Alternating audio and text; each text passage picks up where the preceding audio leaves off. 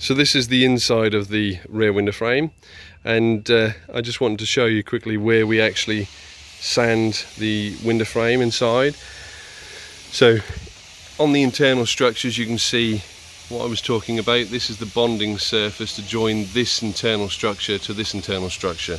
We've got the same under here.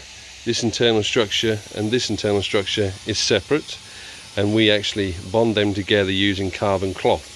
So those two structures are rigidly strong now, but that leaves this area being taller than the rest of the flange. So what you need to do in this area is just sand this area down on all four corners, sand this area down, and that allows you to pull the window frame in just that much tighter and give a better fit. So we're going to be applying glue.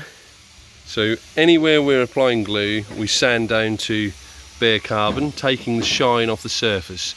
Now the glue that we're using doesn't like to stick to shiny carbon, so any carbon which has a shiny surface finish needs to be sanded down. So as you can see, it's all dull in any area that we're going to be gluing.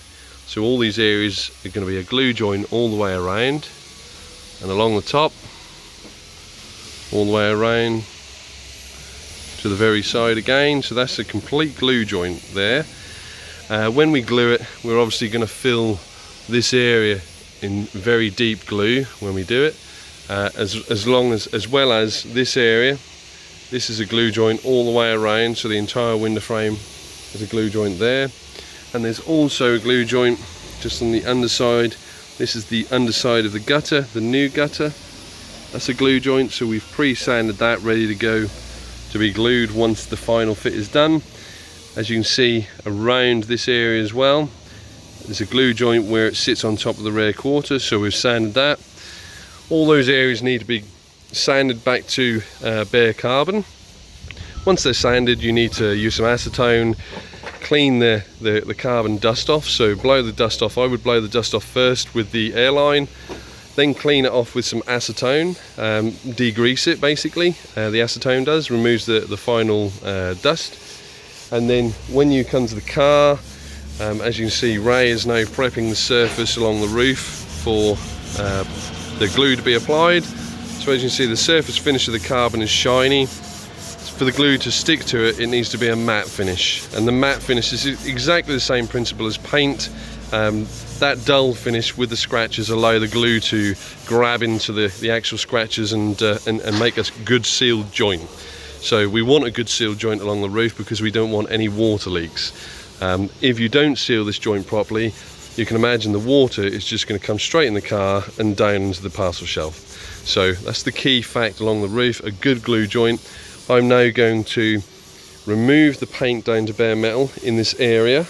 Anywhere which I'm removing down to paint is going to have a glue completely covered, so there is no bare metal showing. I'm also going to remove the paint in this area all the way around in the window hole area, which is the original window hole where the seal pushes on, and I'm going to remove it right up to the edge of the hole, so that inch wide part and this inch wide part is going to be bare metal all the way around. So it's going to be our glue joint. I'm also going to remove it in this area, so I'm going to remove the paint down to bare metal in this area where it's going to be touching and through here. So once we've prepped them areas, I will do another video just showing the areas prepped, and then once the glue has been applied to those areas and everything's been prepped, we'll bond the roof on itself, the window frame, pull it down and show you the window frame fitted. Alright, so it's not rocket science.